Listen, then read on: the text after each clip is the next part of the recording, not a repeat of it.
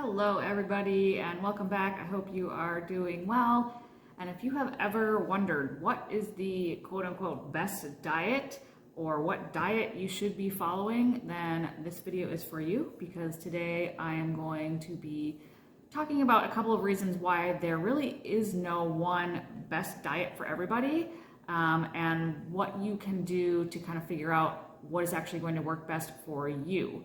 So, reason number one that there really just is not one particular diet that is going to work for everybody is because humans can thrive on a lot of different diets. So if you look at different cultures around the world, or probably even just individuals that you know, there's a huge variety of how people eat, and in any of these different cultures or different areas of the world, you will find people that are really healthy and thriving and doing really well, even on extremely different diets. So you might have places where it's like super high animal protein and very little fresh fruits and vegetables, or other places where, it's very maybe more higher carb, a lot of rice is a staple and there's very little protein. And in either of those places, you have people that are doing really well, thriving, really healthy in terms of what you would consider like general good health markers, and even though they're on very, very different types of diets. So humans can adapt and can really do well on a variety of different dietary protocols. So there's not necessarily one particular, dietary practice that is going to work for everybody, or that needs to be, what everybody is doing.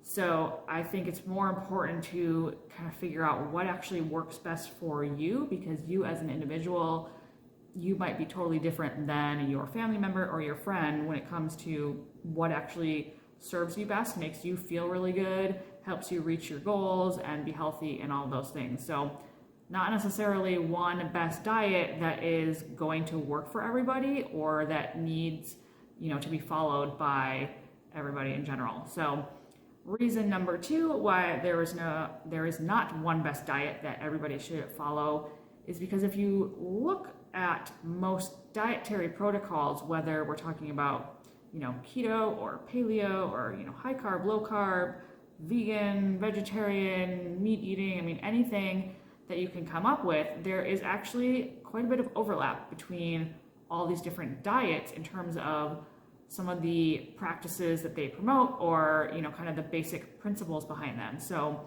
things like eating mostly whole foods, getting lots of fresh fruits and vegetables, eating adequate amounts of protein from whatever sources that you're using, staying hydrated and avoiding overly processed foods. Like, those are things that are pretty much across the board a part of any diet that you can think of. So instead of maybe trying to pick one best diet that you're supposed to follow, a good place to start is to look at where do they all overlap? What are these sort of foundational nutritional principles that are inherent in any diet, and how can I incorporate more of those things into my life? So it doesn't necessarily have to be some specific diet that you are following, but taking those best practices that are really a part of all these different diets and starting there. And then the third reason, which I think might be even the most important, is just that whatever diet you choose to follow, and when I say diet, I really just mean like your everyday eating practices, and not necessarily like the connotation that comes with the word diet, but whatever diet that you follow really has to actually fit into your life.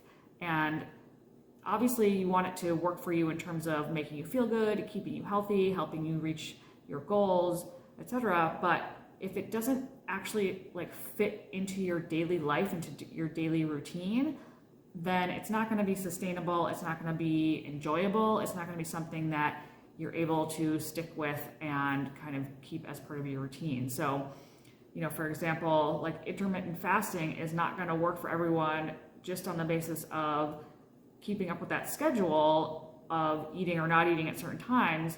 Might not fit well into your lifestyle. If you like to have family dinners or maybe socialize, or if you know that eating in the morning is important to you because otherwise your energy crashes, then something like an intermittent fasting protocol probably not going to fit well into your life. And so taking into account, like, what is your real life? Like, how does food and eating and nutrition fit into your actual everyday life? And what is going to work best for you?